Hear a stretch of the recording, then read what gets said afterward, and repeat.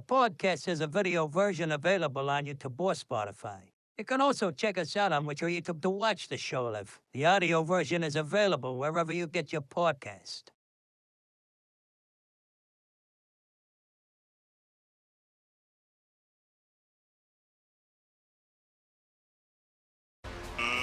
Let's get ready to rumble! Pound for pound, headshot, dead. That's it. By now, I can't afford to lose because I have a family to feed. I have dreams to fulfill. Fuck that. Conor McGregor, you're taking everything I work for, motherfucker. I'm gonna fight your fucking ass. Tomorrow night, I'm gonna smash your boy, guys. Down goes Frazier! Down goes Frazier! Down goes Frazier! Let's get it all. Alright guys, so this is the first recording of the MMA Max Show. We are live on Twitch. We are going to post this, obviously, to YouTube. We are everywhere. We are trying to be everywhere at least. But right now, let's talk about what's going on. We're watching Martin versus Roman UFC Fight Night right now. We got Cortez Acosta versus Span. It looks like a pretty tough fight for Cortez Acosta. Just got out of a nutshot official timeout, and we're back to the fighting. But outside of that, we're not really here to talk about that too much. We'll talk about any big moments. It's obviously going to be a fun part of the show, but it's not why we're here, like I said. We're talking about big things. Big things in this first episode. Obviously, I think you know that we're gonna hop right into Alex Pereira. That is the first thing that I want to hop into at all times. I'm gonna make it the main topic of this show, of course. We have some other things that I want to talk about. I think, obviously, I want to talk about Dana and getting into boxing. That's another big topic that I find very interesting right now, and I think we're going to maybe see the development of something very big in the future. I'm not necessarily always the biggest, Dana woohoo guy, but, I'm very interested to see where this goes. Cortez Acosta looks to be making a comeback, in this fight, and he's swinging for the fences, but it seems to be working. I am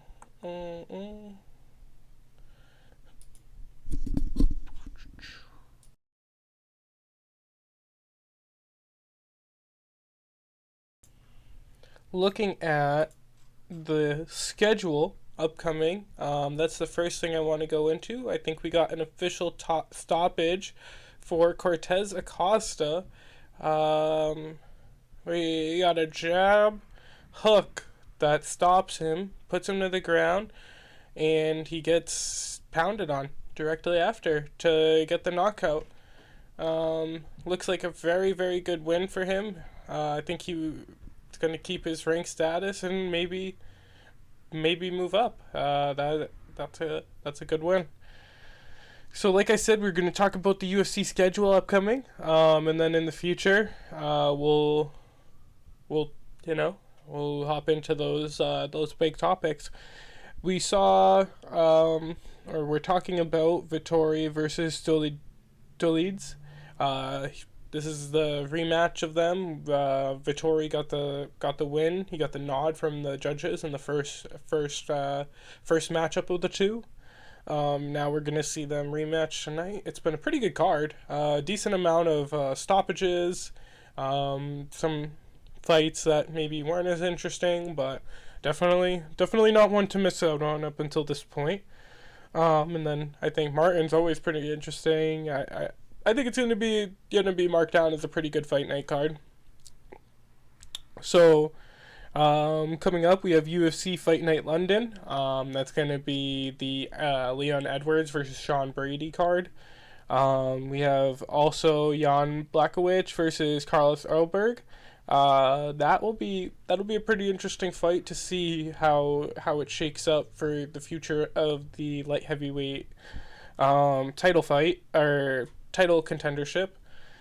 These guys are pretty much fighting for the next next person who deserves it outside of maybe one person. It's they're in a weird position with that division, and we're going to talk about that, but yeah. And then Gunnar Nelson versus Kevin Holland. That'll be an interesting fight. I'd always like to see Gunnar and Kevin Holland, so two guys that put it all on the line. And then Molly McCann and is going to be fighting Estela Nunez, which I always like to see Molly get out there. So that'll be a good one. And then we finish off the month with UFC Fight Night, Moreno versus Ortega. Moreno versus Urquage.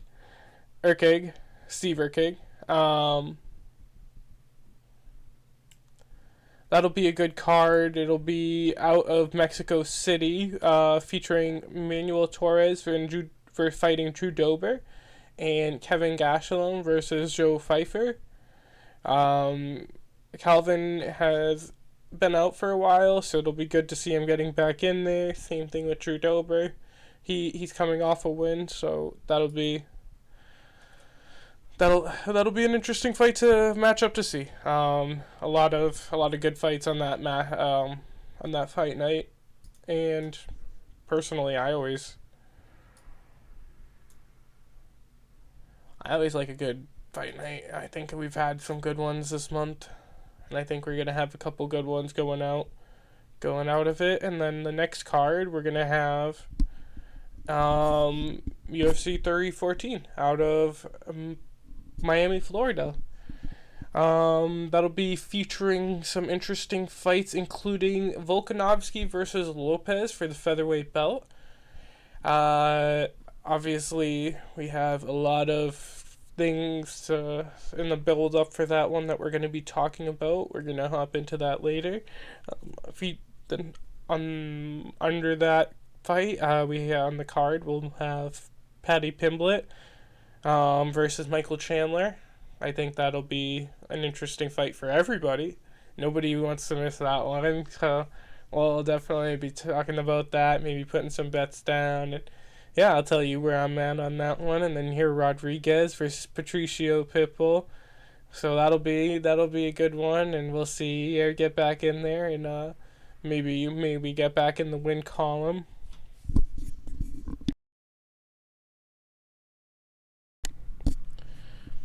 And then early 315 news has Bilal versus JDM headlining in Quebec. That'll be a decent fight, I think. JDM is pretty interesting and always puts on a tough fight. And then Bilal at least was good against Leon. I don't think he's the most interesting fighter every single fight, but the Leon Edwards fight, he put his heart out there, and I think he was able to secure a good victory by dominating a champion that we all had a lot of respect for. So I call that interesting. I'll give that to him. Valentina Shevchenko versus Manon Fiorot. It'll be, seeing Valentina get out there. I want to see Valentina fight somebody that, I think we all have a bit more of an interest in. I know that's probably not nice to say right now, but that's where it is. Gilbert Burns versus Michael Moraes.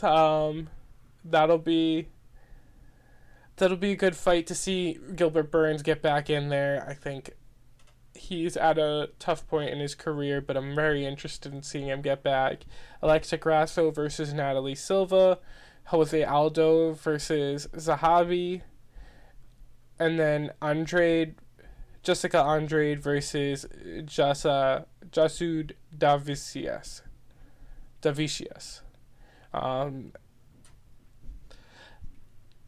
the card could turn out to be mid. I mean, it's in Quebec, in Canada. I think a lot of times we tend to get cards like that.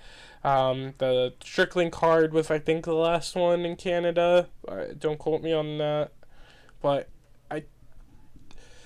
it was kind of known as it was going to be a bad card, and it ended up maybe not being the most interesting card.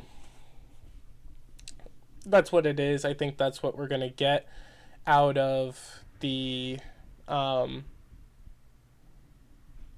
of those cards, out of the certain areas. They're just going to get they're putting it there so that people keep interested, but they're not looking to get the top of the line fighters to go up and take these places. So outside of that, we're going to look at boxing. The most interesting fights I see in the lineup are probably a little bit far out, but I think if we look at them, they're the current scheduled ones, and they're going to be more that we talk about and find kind of interesting as we delve into it. But some interesting ones that I see right now is May 2nd, live and free from Times Square, which is pretty interesting, and even I might actually be getting out there to go check that out. But yeah, it's going to be Ryan Garcia versus Rolly Romero, Devin Haney versus Jose Ramirez, and then Lopez versus Barboza for the junior welterweight title. So, if you can get out there, it'd be awesome. Definitely try to do something like that. It's always fun. Never waste time. May 3rd in Riyadh, Saudi Arabia. We have Canelo versus William Skull for Canelo's WCWO, WA, and Skull's IBF super middleweight titles. Canelo is going to be getting back in the ring, and always interesting Canelo. Always want to see him fight. I think Canelo is a very interesting and a very... He's a superstar. And I think we're watching the future of the division. I think we are watching somebody who is just a champion. I think that's what he is. And I think, it's not necessarily the most interesting fights he's taking, but I'm always interested in watching him. And then May 4th, Las Vegas, we got Inoue versus Cadenas for Inoue's undisputed title. So, a couple good boxing fights just that weekend. I think that's Mexican Independence weekend, so we'll definitely be keeping up with that and checking it out.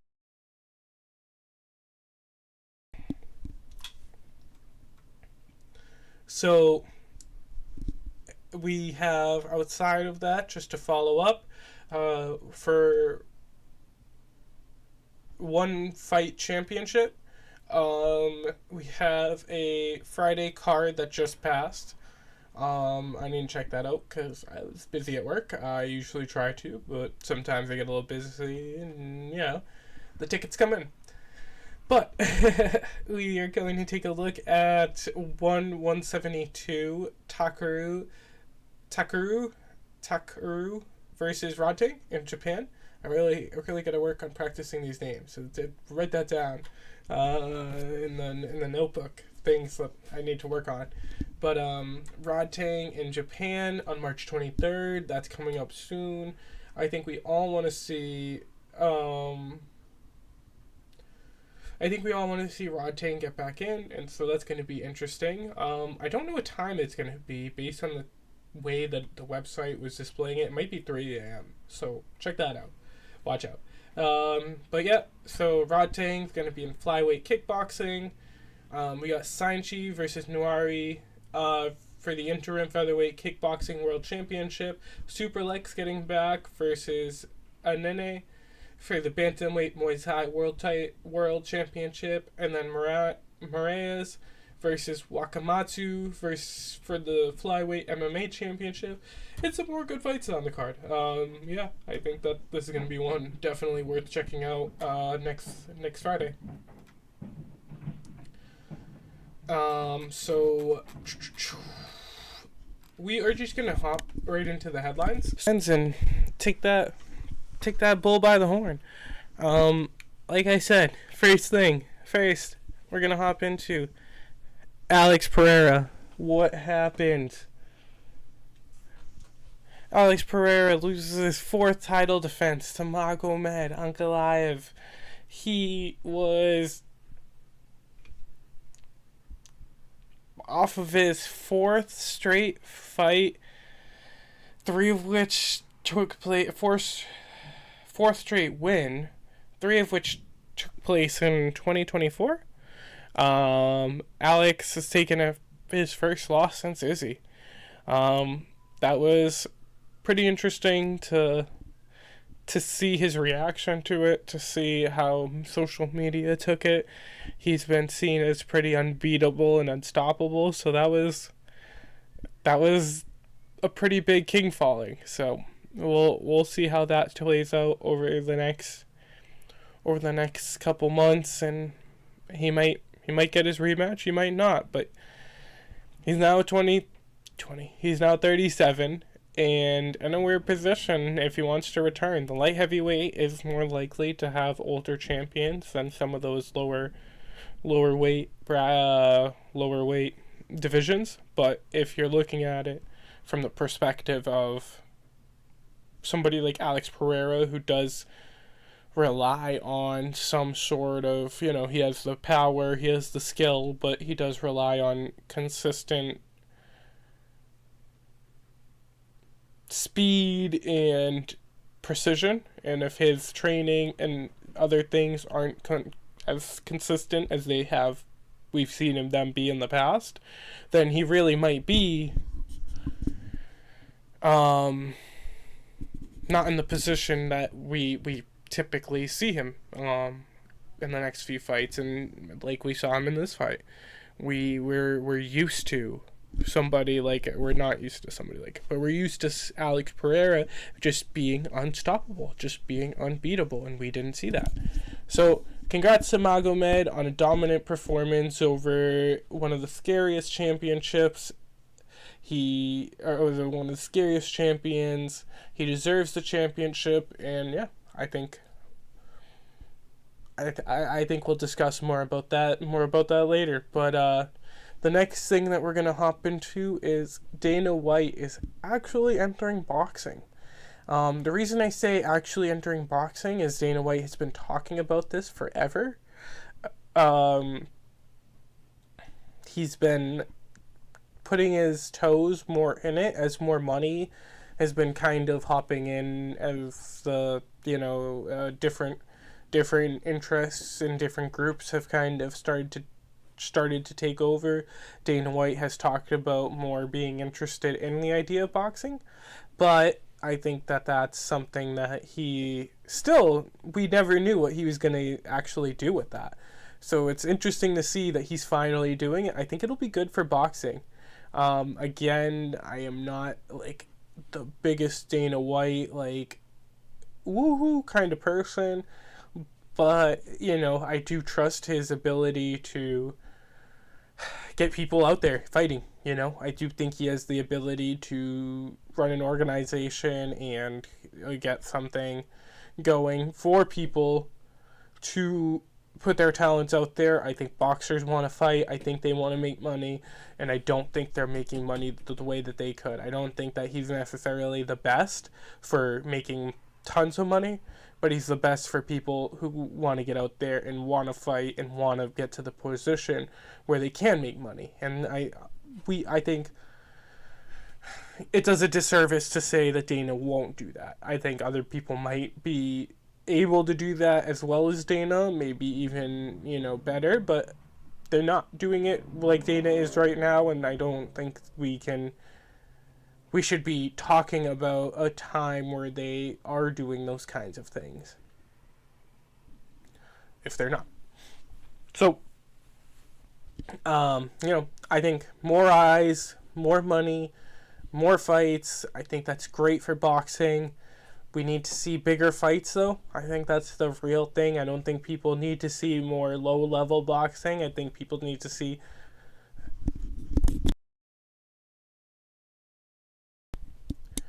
I think people want to see Canelo. I think people want to see, I think people want to see Terrence Crawford, Bivol. I think people want to see Dubois push his career forward. I think people want to see all of these people. They want to see the future of these weight classes. They want to see Shakur or Haney or Ryan Garcia even, and these fights that he's doing. These are the things that people want out of boxing more than they even want some of these lower level things, but you can't get these guys without the lower. I think they both play hand in hand, and I think that as long as we're paying these guys and we're getting them, we're getting them out there, then we're going to get something great no matter what. If these guys, if we're getting these, this is the product. That is the product. I think I've heard he's going to implement a similar style to the UFC for boxing, so probably UFC Fight Night, and then the main card type thing, where you have the bigger people coming out and doing the main cards, and then you obviously have something of the nature of, let's say, the UFC Fight Nights in the middle for the more mid-level, or not mid-level, but mid-level cards, or mid-level, like, groupings of, fighters. And then at the end of the day, you kind of put that together to get maybe a full year with only a couple weekends missed of boxing or UFC or combat. So I think that is a great model. I don't think anyone's going to argue. And if we get more fighters, if we get more people out there, and then, I think we'll get to see bigger stars out of the boxing than we have seen in the past couple of years. In the next headline, I think we are going to discuss Bivol's kind of future. I think Bivol and Gervonta, both of them are two people who just had recent fights, and obviously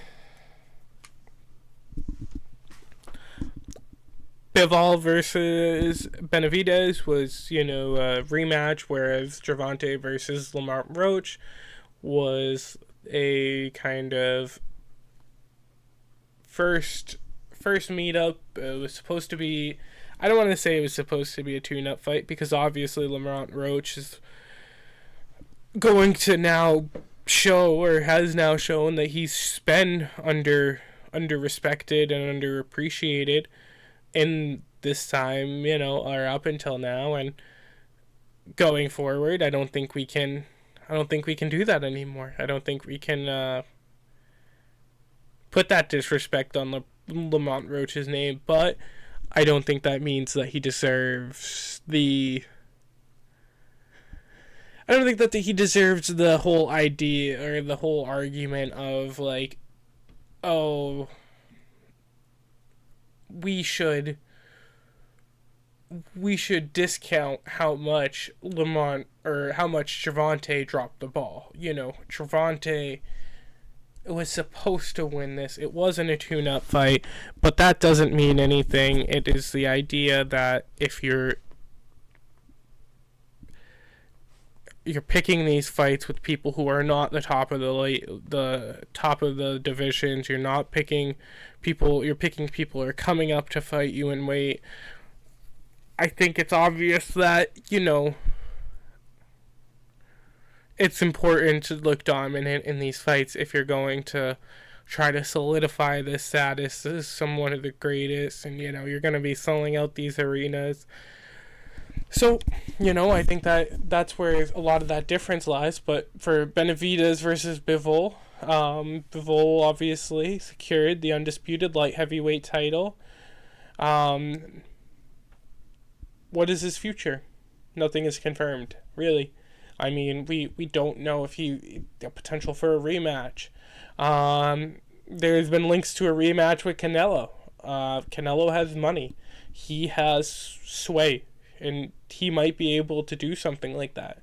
I find it hard to believe, but hey, he could turn around after this, and if he tunes this guy up, he might be setting himself up to fight Bivol, and Bivol probably wants to make money. He has no reason not to push for that.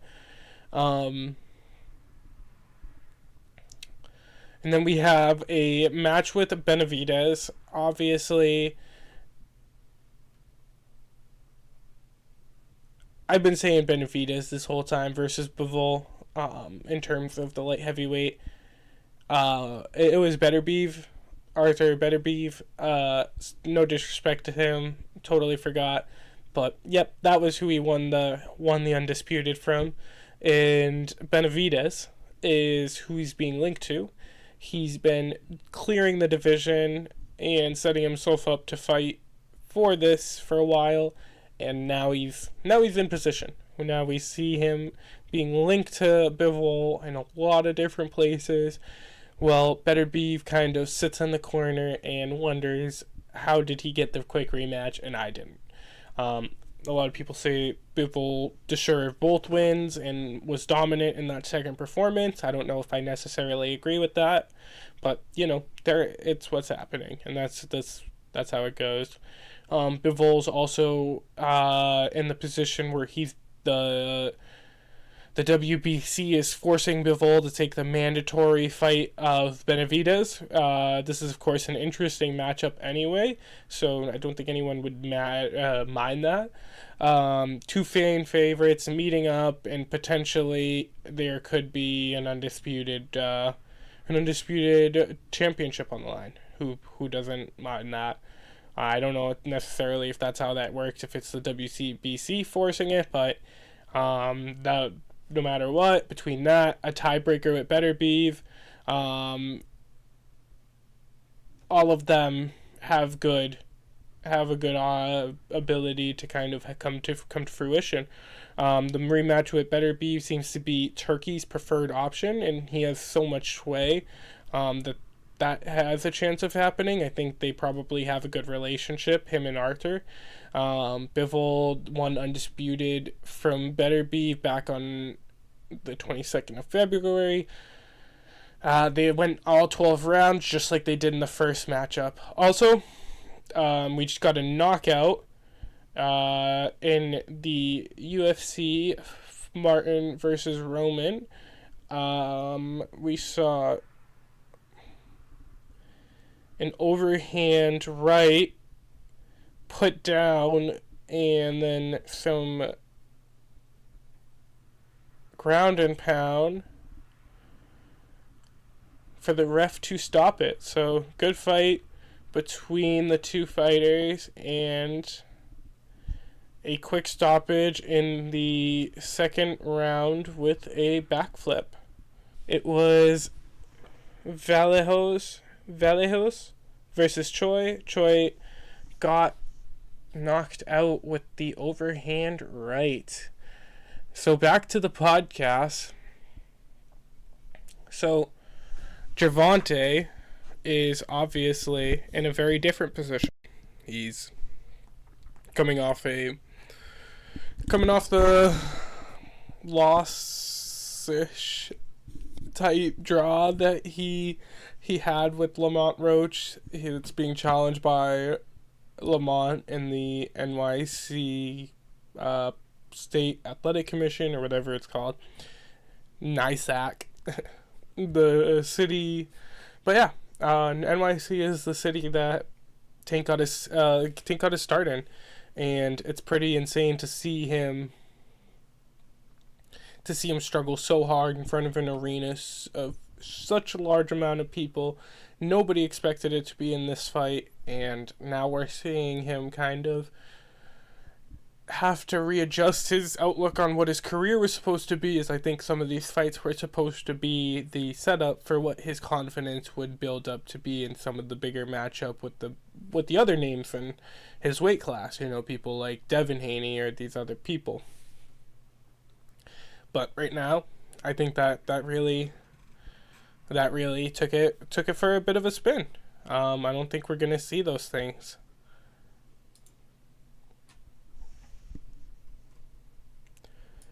So, outside of that, there's obviously a lot going on, but too much to touch on. And as we see more, we'll pick up on more and try and do that. But I just try to take the biggest topics as they are and touch on them as much as possible.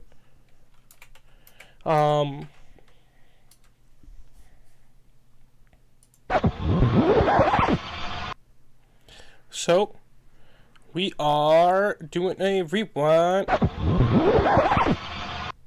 That's the rewind noise. So, we just watched Choi get knocked out. That was cool. But now we are going to talk about UFC 313 and the fight night card that was after that, I think. The fight night with Gaethje and Almabayev sucked.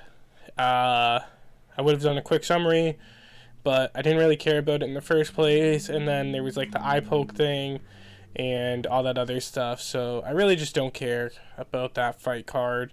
And then I lost money on Cejudo versus Song. I was going to talk about that one maybe too, but then the whole ref calling the fight to go to the fourth and then ending the fight, that was weird and kind of bullcrappy, so nobody will have that. And nobody respects that. So we are going to avoid those two, and we're just going to hop into 313 because it was an interesting card all the way up. We saw something pretty crazy happen. We saw Jalen Turner retire. That was maybe not the type of clapping that I wanted. That was supposed to be more like a sad, like, standing ovation type of clapping. But, you know.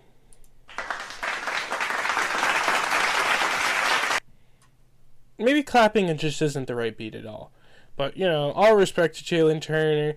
29 years old, the pro fighter has set down the gloves and decided to begin his next phase of life. I think everybody deserves the right to do that, and after an impressive win by Ignacio Bahamondes, the guy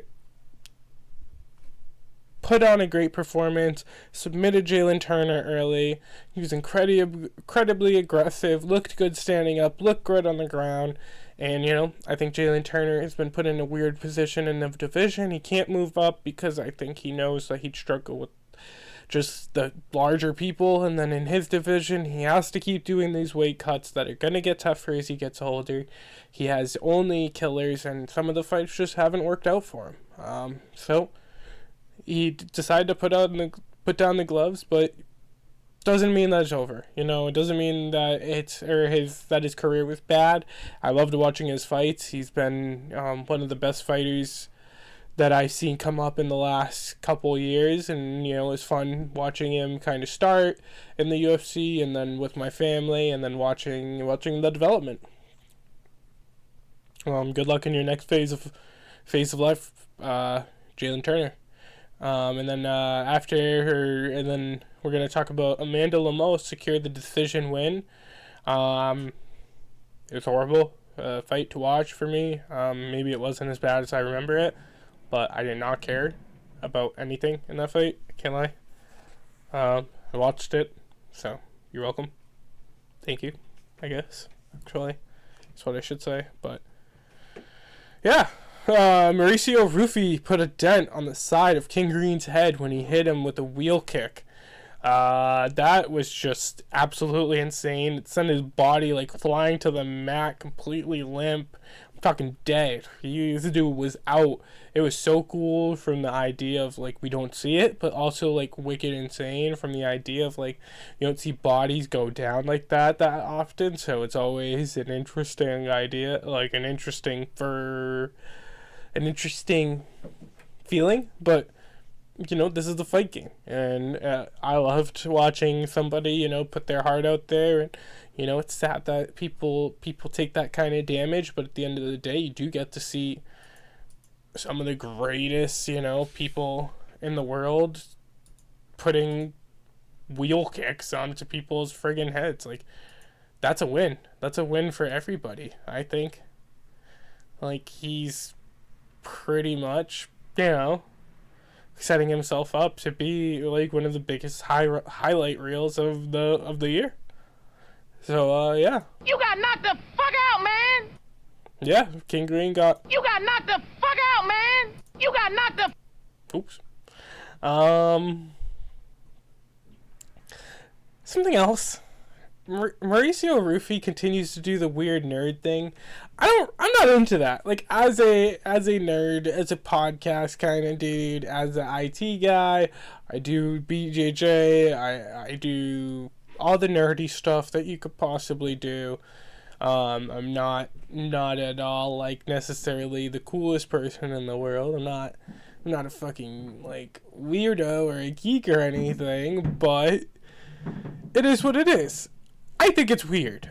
I am not into it. Like, I personally can say that the whole nerd thing is cool and funny for like a minute, maybe for one of them, but the whole thing going on throughout the UFC, like, the glasses isn't nerdy. People wear glasses because they're blind. It's not nerdy. It's not funny. I'm not hating. Like, keep doing it, bro. Keep doing your thing. Just, like, I hope nobody else picks up this whole, like, I hope that's his thing, and nobody else becomes, like, a follower of this nerd thing. Like, dude, if you're a nerd, like, why are you, like, read a book, what do you do that's nerdy? Like, what's the nerdiest thing you do outside of these fake glasses? But, anyway, Justin Gaethje knocked him the fuck out. Just kidding. I lied. He did not knock him out. But he got it done. Doesn't that feel like something I should be saying? He knocked him out. I feel like you're so used to saying Justin knocked him out because he has so many finishes in the UFC. But he didn't, actually. He did not knock him out. He went to the judges for the third time in his UFC career. And he did it and he secured that win by swinging overhand rights and throwing nukes. He avoided pretty much a decent amount of the grappling. He looked great, dominating the clinch, in my opinion. Anytime he was moving in and out of space, he made sure to kind of leave Fizie's wondering what was coming at him. He threw quick hooks, he threw quick uppercuts, he mixed it up. So I think that fight was very good for Justin Gaethje, and Fizie's really put Gaethje in his best positions for him. You know, I think that where we see Justin Gaethje succeed at this point in his career with this much power, this much technique, and this much confidence in terms of his age and how long he's been here. When he's in the pocket, when he's up close, when he's within that short distance with you, he's a menace. He's dominating everybody. I don't see anyone really taking him down, or not taking him down in terms of, like, you know, actual takedowns, but I don't see anyone who's actually able to compete with him. I mean, I think Fizie's is great at Muay Thai.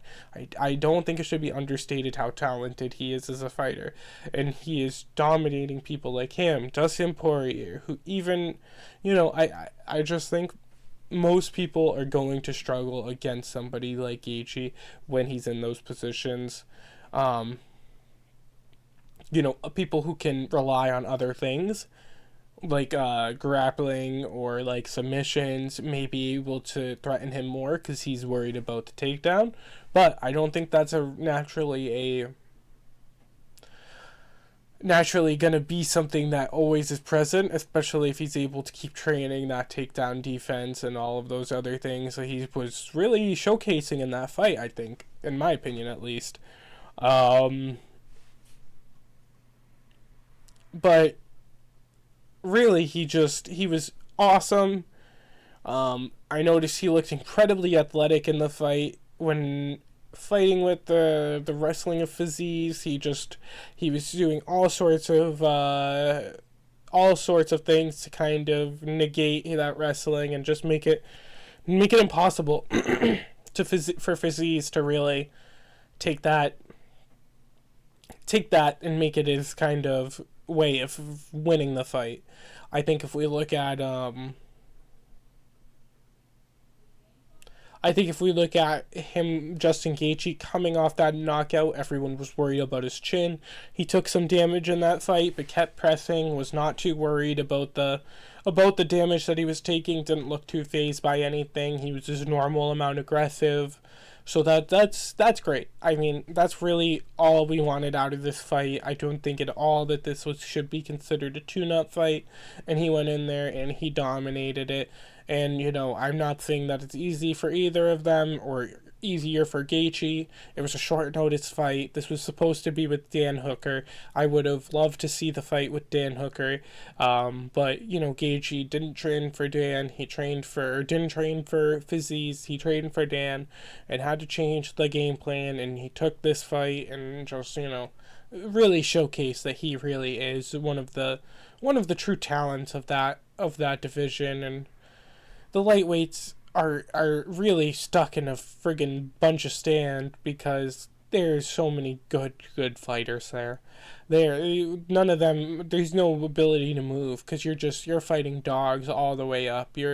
Everybody else is just gonna, you make one mistake and these people are just, there's somebody else to take your seat on the path to the top, and I think, Justin Gaethje, he took that tough loss and against Max Holloway.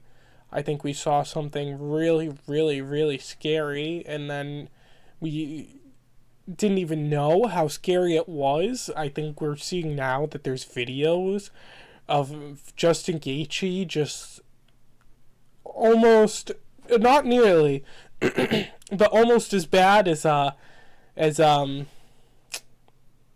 Bryce Mitchell when Josh Emmett knocked him out and when they had fought. I think when he had done the shaking, I don't know what that officially was, but when he had done the shaking in the octagon, I think that was probably the most brutal knockout that I had ever seen. But it really, when you look at somebody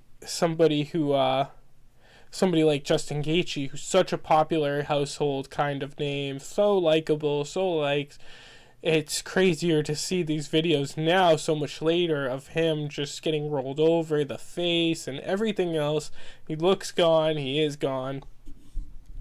And it was tough to watch, but it's the nature of the game. It is what it is. People doubted Max so much going into it. I think his boxing was great. I just watched that fight back. So much different than the Fizie's fight. He's at a distance. Gaethje's not up close. He's not grabbing him.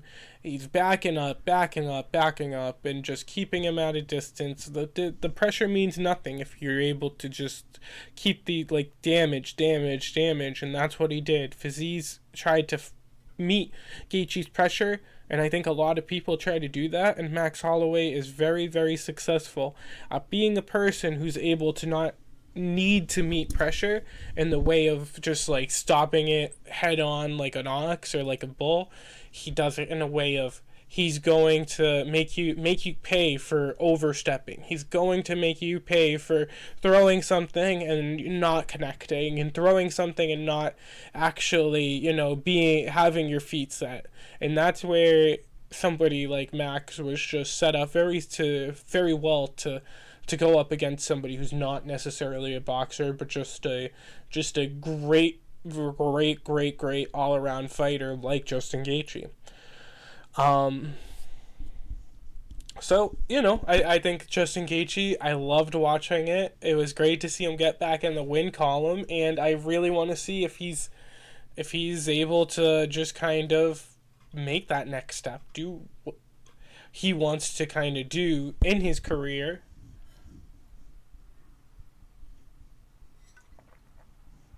Which is obviously to go and get his belt. He's had a BMF, but that's nothing. And when you all really want him to get the real one, so that's his next step, and I think he's calling for it. But I don't know how that will go for him. He's in a division of killers, like we all know, like we see with where he is right now, and I think if we see him get the fight next. I don't know if it's necessarily the one that is the most deserving, but, you know, I think it's one that would be very interesting and very fun. Islam versus Justin is something that nobody would complain about, I think, or not a lot of people would complain about. So finally,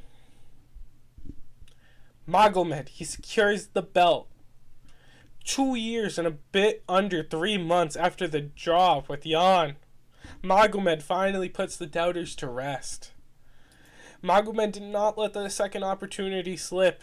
He pushes his win streak to 14. Third among active win streaks, I think. Let's check that out. But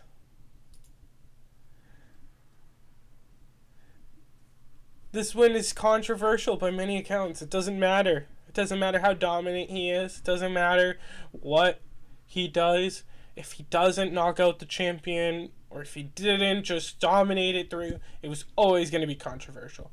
Alex is a fan favorite. He's not just a fan favorite. He's transcendent. He's one of the top stars of the UFC, and he's going to be for a while. I don't think this loss is going to destroy his career in terms of just how popular he is. Chama. I mean, come on, baby. But I think that if you look at it, the media had it pretty evenly split. Many fans saw Alex squeaking out a win via rounds 1, 3, and 5. I don't know who agrees with that. Let me know. But that's because Magomed was not entirely dominant, in my opinion. His other fights, there's no questioning. He won. I think if you look back, he's knocking people out. He's finishing them. The only one, when he fights competition that's as good as him, whether it's a Jan fight or this fight, he tends to just, kind of coast. And people are afraid of him, and he doesn't necessarily take these massive risks that put him in the position to either lose or to win. And I think that that's why you're constantly going to have these people who are challenging Magomed Ankalaev as a champion, as his fights are, going on and doing those things. So I think that's what it is. He's good, he's great, but he needs to really consider what kind of champion he wants to be. And I think that, this is a good win. He secured it. He got the belt, which is what matters. Now, what are you going to do with it? You got the belt. You're the champion. Your name's in the history books. Are you going to be a historical champion, though? Somebody that people look on. And he could be, but it's up to him to want to be that person and not just want to be somebody who takes advantage of the fact that he's in a division of people that he could probably dominate if he takes these fights, or just takes one fight a year, takes certain fights, or takes one fight a year in Saudi Arabia, or do those types of things. But in other words, I think Alex sold the fight. I think many people argue that Magomed utilized the cage fighting with little pressure to secure the win, or little, the fight between Ribeiro and Nergozov is going pretty insane. Ribeiro got knocked down and almost got a spinning back fist to his head, but got lucky to get out of that. Anyway, Magomed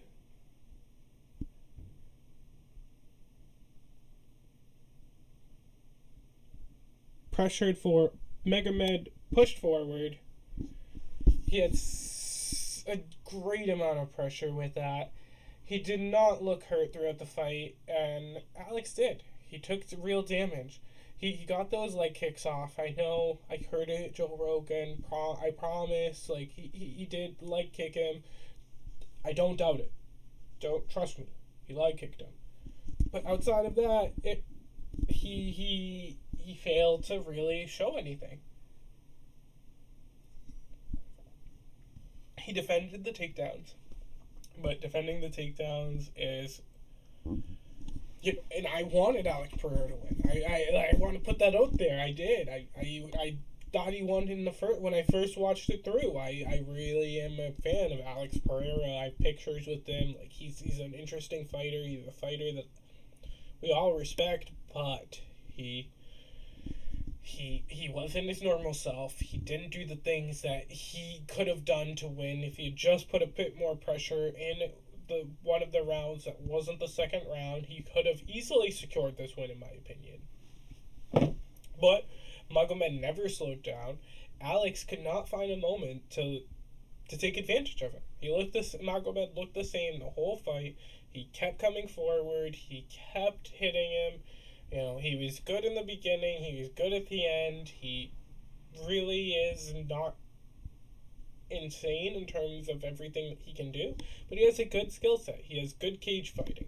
He holds you against the cage. He's done it to Rikic. He's done it to these other fighters. He did it to Alex Pereira. His takedowns, of course, as we see, aren't that good, but he's great striking, good pressure, good cage fighting, good clinching. Like, what are we doing? He's a great fighter, and he had a great game plan. He didn't do anything crazy. He looked similar to many of his other fights, like I said, and I mean, you know, that's more of a testament to why Alex should have won, because he didn't do anything crazy. He did the things that he's done in these past fights, and wasn't even able to hit takedowns, and still Alex Pereira just did not look like he was actually the person who was dominating the fight, or even was like taking the fight and pushing it and being the person who, you know, threw the first punch in the exchanges and did all of those things that do matter in a judge's eyes.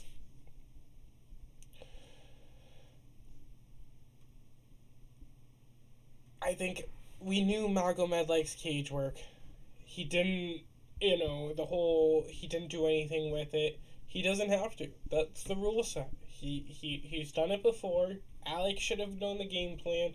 It was going to be one of two things, and if he is unable to defend it, he's going to get free strikes on him. He's going to lose rounds. He should have lost more rounds to it. I don't get why Magomed did it, other than to prove a point. I think that's just what it is.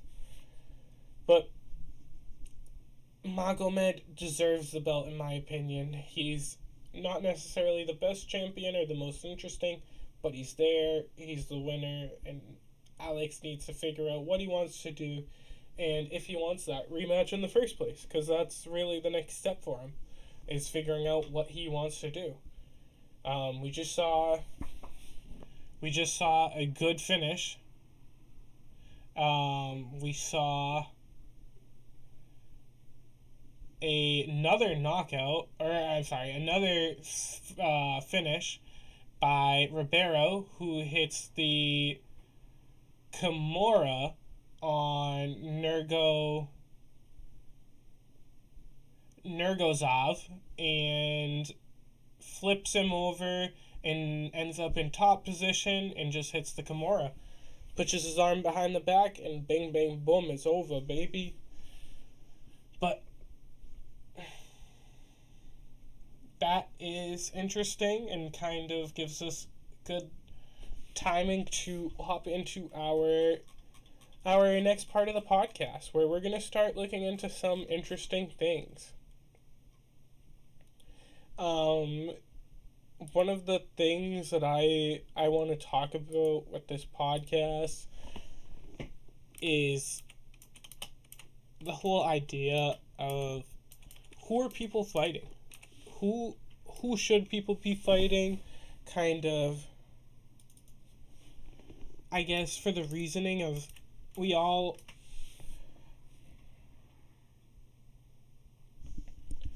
want to be matchmakers. We all want to be the guy who's constantly, I guess,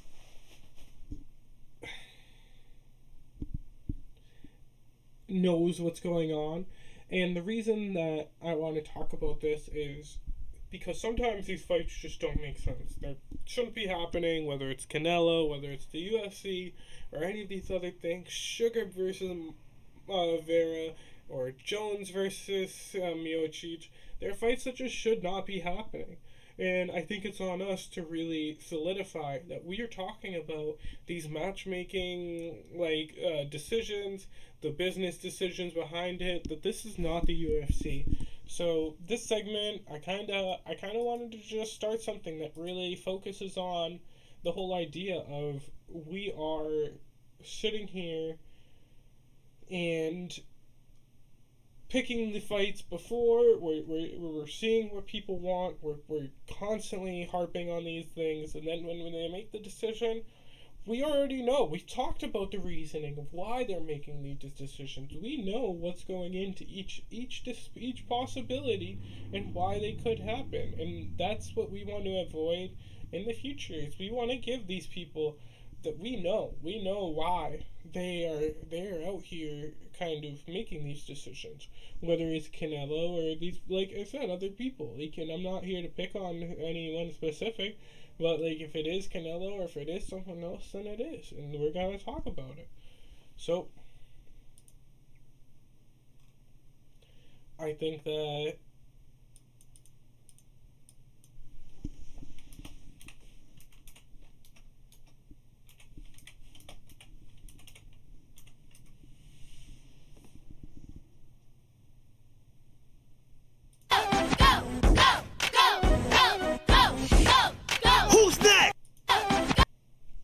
So that's going to be kind of the basis of our segment, is the Hip Hop Harry Who's Next thing. I know it's stupid, but that's what it is. We're going to have fun. We're going to pick people who we kind of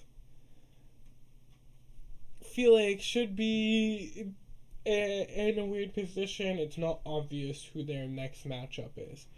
So I think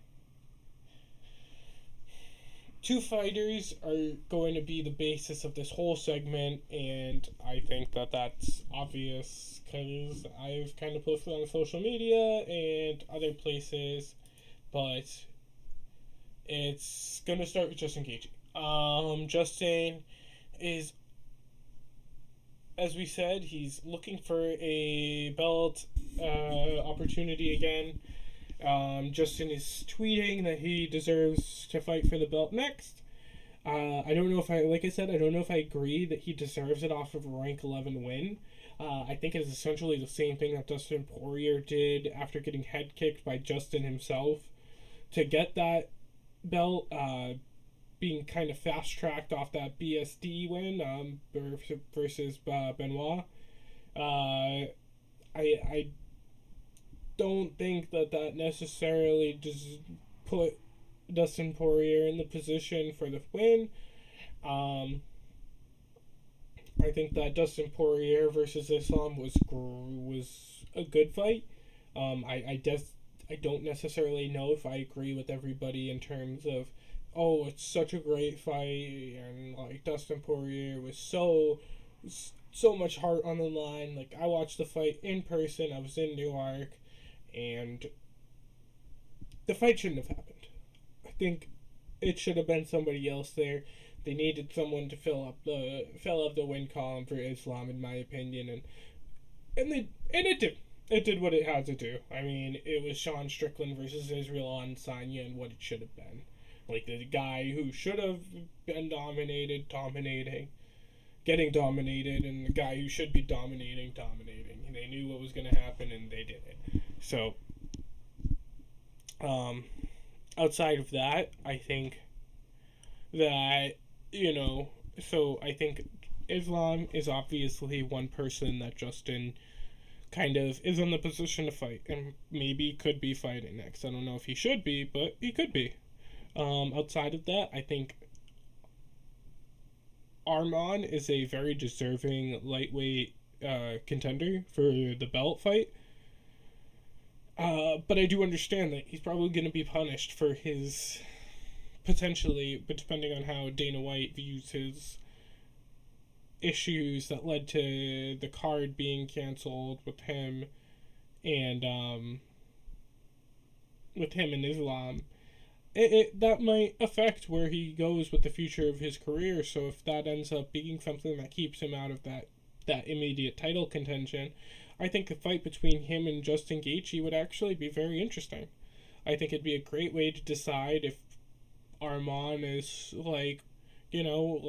first he makes weight, he proves that he's, not fucking around or being stupid and is in the position to get what he wants out of this organization, and then Justin Gaethje either proves that he's still a top contender among the younger talent within the organization, or he immediately knows that he's out of it, and Islam would have dominated him, and probably, as he will, dominate him.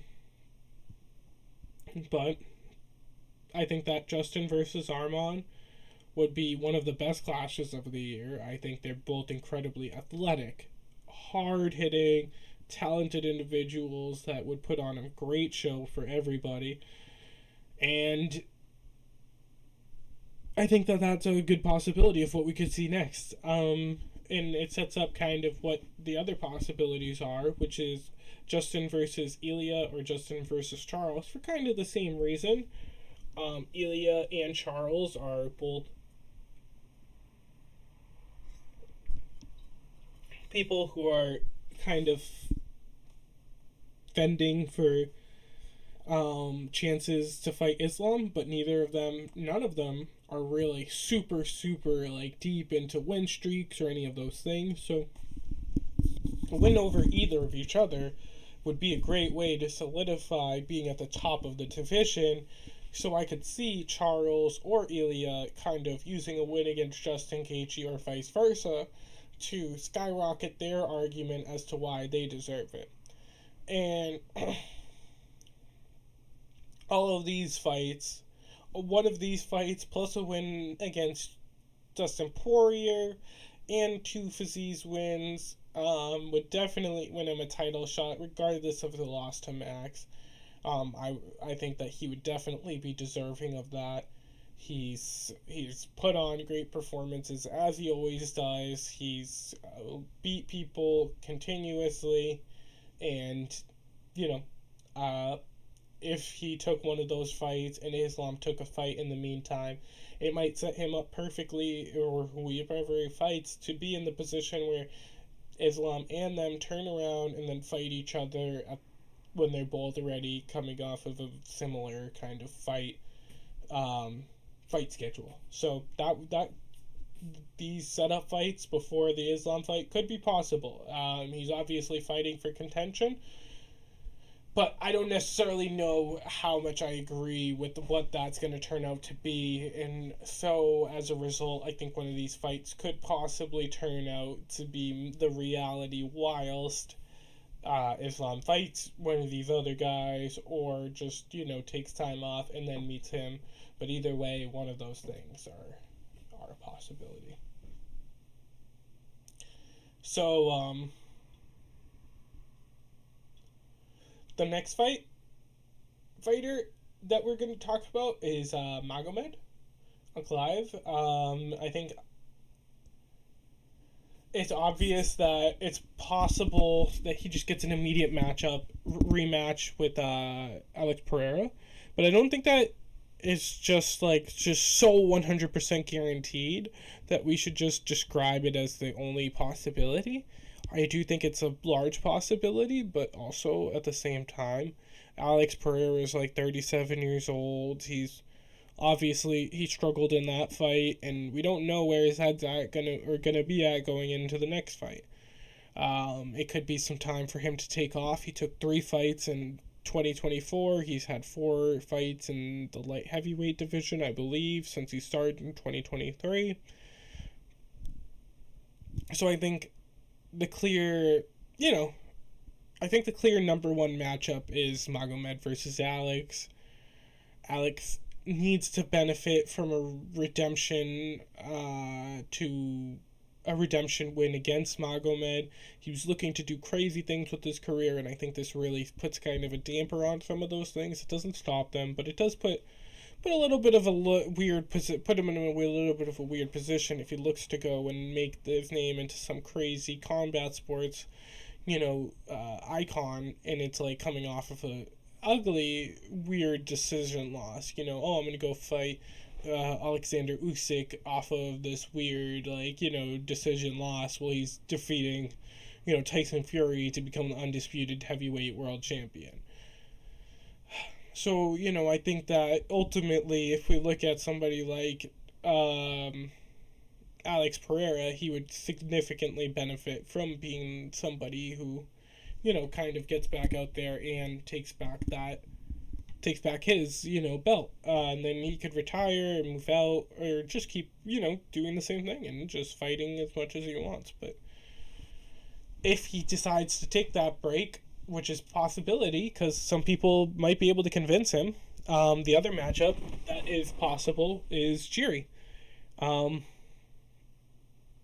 Unk has stated his disinterest in this fight, calling Jiri unworthy. Jiri has lost twice to Alex, but bounced back each time with wins over Rikic and Jamal Hill. Magomed has himself beat Rikic, among other contenders, while Jiri has fought for a belt a few times already and lost the last two. He's definitely one of the ones that fans want to see, though. I've talked to people online and in social media posts that have kind of put that, Alex Pereira is older. He's kind of somebody who would just have nobody, if he wins, what are you going to do? It's not going to be necessarily interesting. So I think that Jiri's a fun number 2 person to kind of take that position as the person fighting from the belt, even though the champion himself doesn't necessarily want to, or thinks that that Jiri deserves to fight for the belt. The final person who I think is possible, the final person, is the winner of Ulberg versus Blachowicz.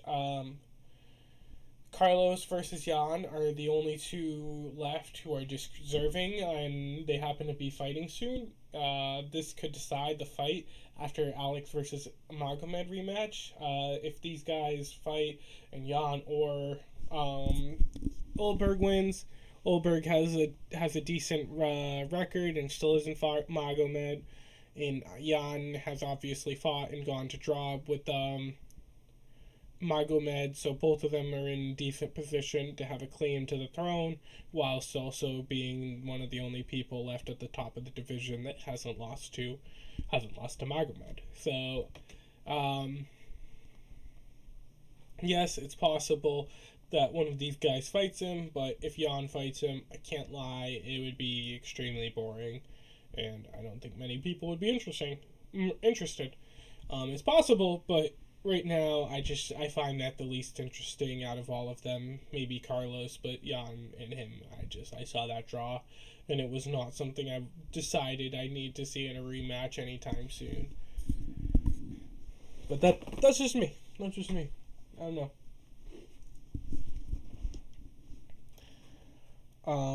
So that is our kind of who's next segment.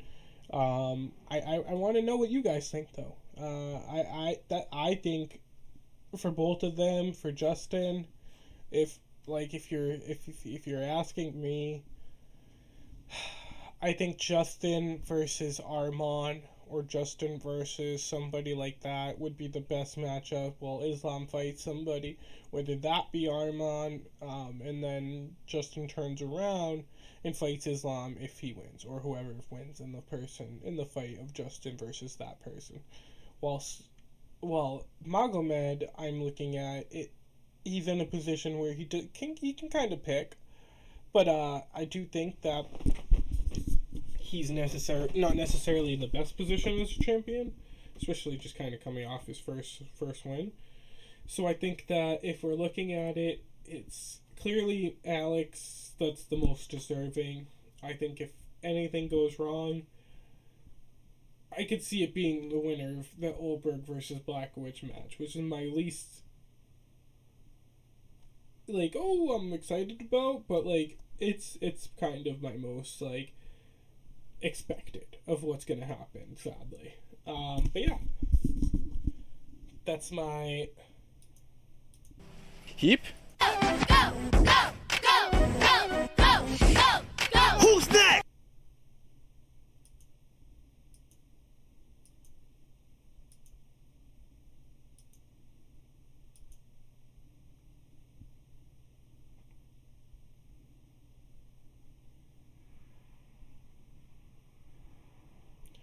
So, that's the end of the Who's Next segment. And what we're going to do is we're going to start to take a look at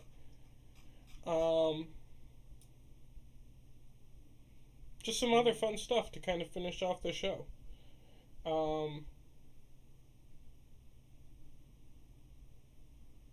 We have kind of two last things that we're going to take a look at. I wanted to hop into our betting segment to finish off the show with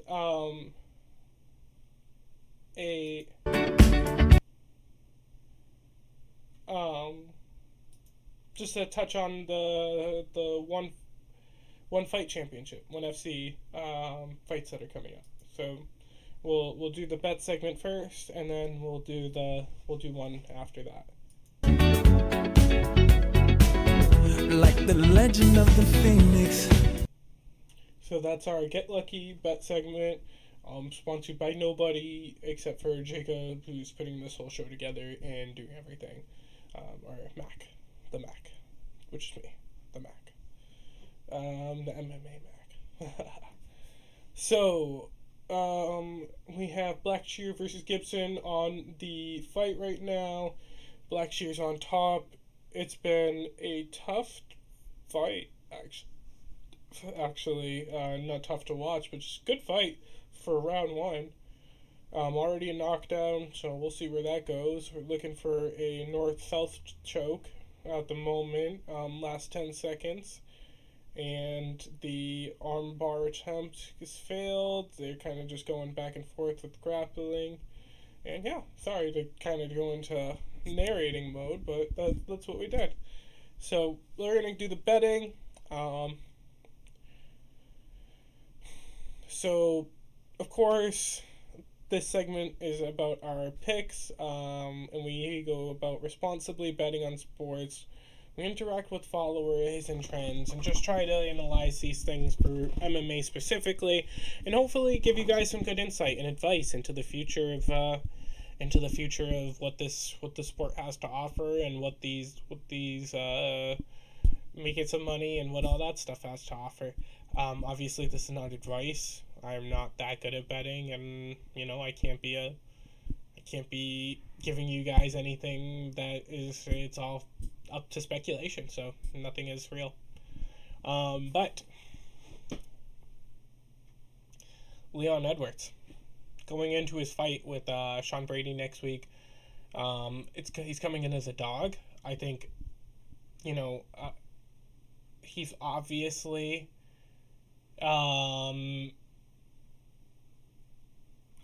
one of the better fighters I think we've seen of the last decade. He's been a pound for pound fighter for a while. He's one of the more talented strikers. He has a good ground game. He's all around one of the best fighters that we have, and he's coming in as a dog against Sean Brady. Sean Brady's a very good fighter. I don't think there's any reason to doubt him, but I just think that any number with Leon Edwards as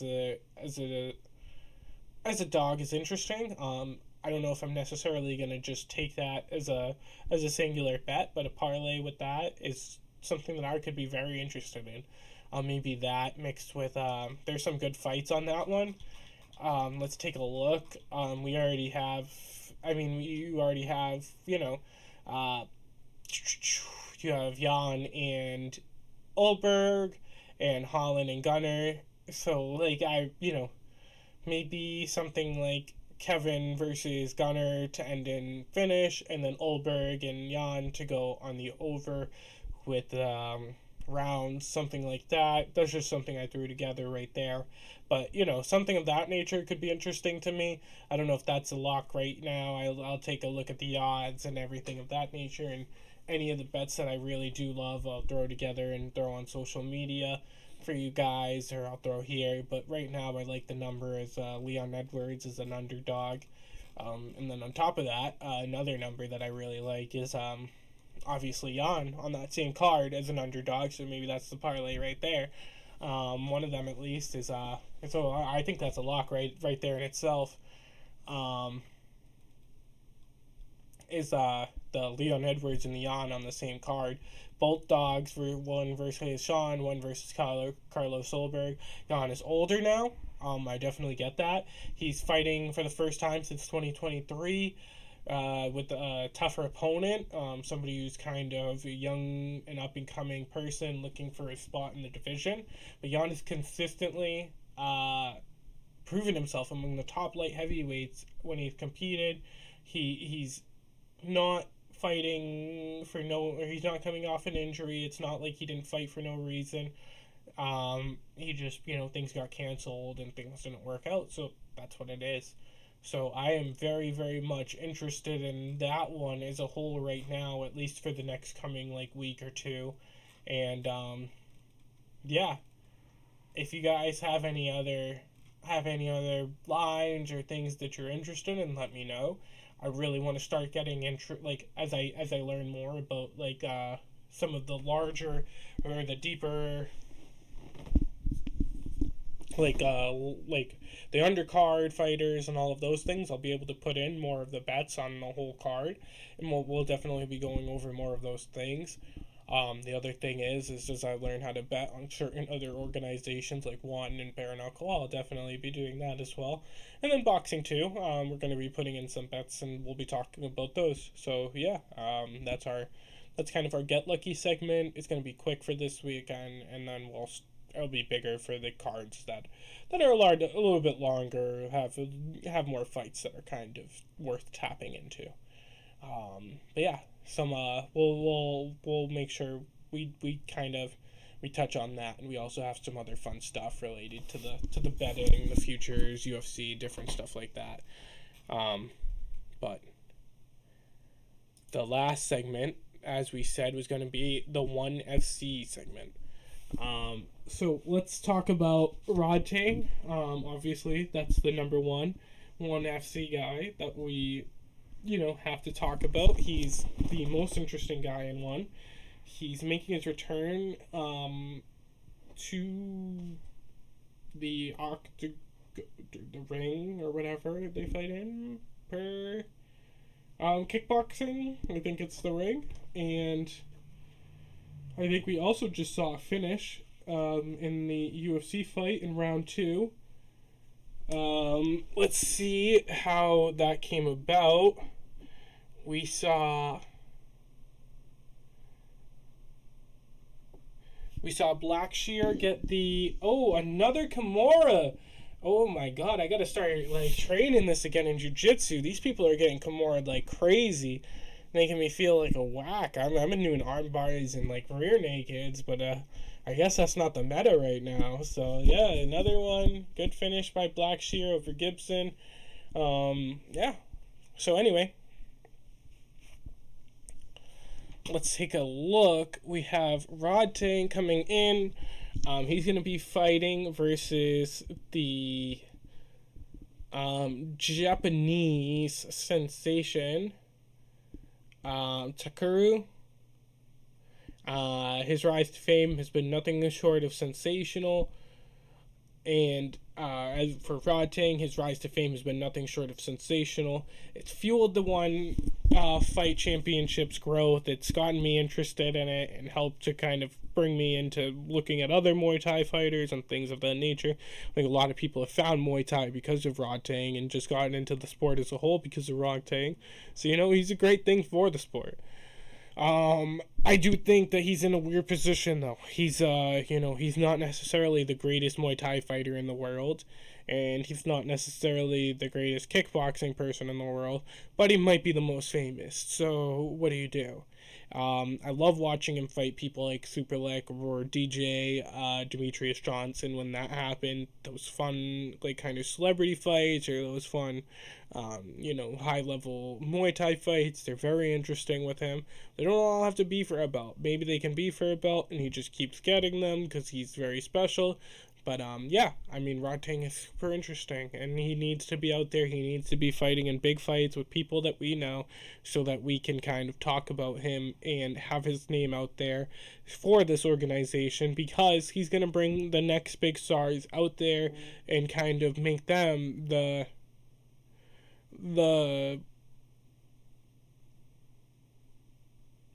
future of the organization. Maybe the next guy who's actually the best in the world will take a step because of his stardom. But Takaru, I do think I have seen him fight once with Superlek, and he actually proved to be pretty tough. That was the last Superlek fight I watched fully. Superlek is fighting under Rodtang on this card, actually, and it will be awesome seeing him kind of get back out there. The kicking machine is dope. My favorite Muay Thai fighter of all time right now. I love Rodtang, but just watching Superlek, not just because he won, but even before that, he's always been just an incredibly interesting fighter. Personality-wise, he's maybe not the most out there, but he just seems like a very down-to-earth person. Always he puts out the very tough performances, wills his way to victory when he has to. Love to see it. Love to see him get these victories, and I think he deserves a lot of them. But that was a tough fight for him, and he's had a couple tough fights recently.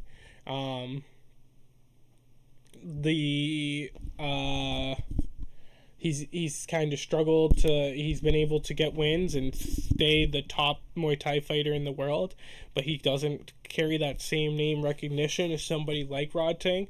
I think that's because of his personality just not being as kind of out there and brazen, but in my opinion, one day he'll be recognized for what he's done for the sport, and if they sell him right, he could do more. He could do a lot more. He's still young. He's not that, he's not going to be retiring soon, hopefully, and if it's done right, he could be the face of technical Muay Thai, whereas Rodtang is kind of the entertainment side of Muay Thai, and that's what Muay Thai needs, or striking in general, because I think striking, just like Jiu-Jitsu, has Mikey Museci and some of these other Craig Jones characters, or Gordon Ryan. As much as, you don't like it, some of these characters, you love some of these characters, they're great for Jiu-Jitsu, and they give it a lot of recognition.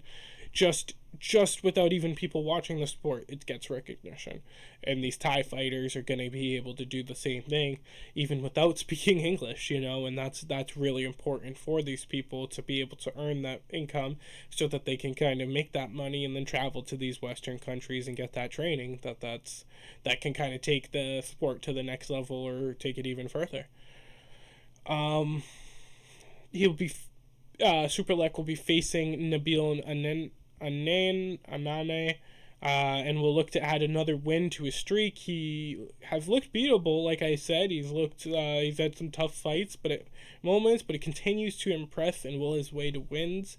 He's one of the best I've ever seen. He's aggressive. He pressures. He does everything you have to do to win, and he deserves it. And as a result, he's gotten those wins. And then to top it off, we have Tawanachi out of Thailand, fighting under all of them. I've watched his fights with Superbon. He's kind of a young star coming out. All of these guys, to me, are people who are very good and very interesting, but I don't know a ton about them. I'm keeping up a little bit with it, and I need to keep up with it more. But the ones who I've seen put up the really cool performances are the ones that I remember. If they're at the end of the one cards, and Superbone and both Tawanachi are both people that I've been able to see put up some great performances, and so I think this one will be another good one on a really good card with all of these different fights up and down it. So that is the entirety of it. I want to say I'm going to post everything to all these different places. It's going to be clipped up and posted to social media. Thank you guys so much for listening. I'm going to get together a couple things tonight. Hopefully I'll try to get it out as soon as possible. If you have any comments or questions or anything, throw them in any comment sections. Email me, message me, whatever you find me at. Do what you can. You're awesome.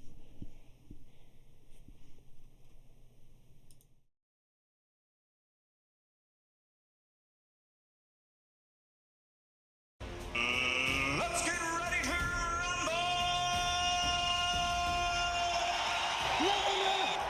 Pound for pound, headshot, dead. That's it. By now, I can't afford to lose because I have a family to feed. I have dreams to fulfill. Fuck that. Conor McGregor, you're taking everything I work for, motherfucker. I'm gonna fight your fucking ass. Tomorrow night, I'm gonna smash your boy, guys. Down goes Frazier. Down goes Frazier. Down goes Frazier. Let's get it all! The podcast has a video version available on YouTube or Spotify. You can also check us out on which YouTube to watch the show live. The audio version is available wherever you get your podcast.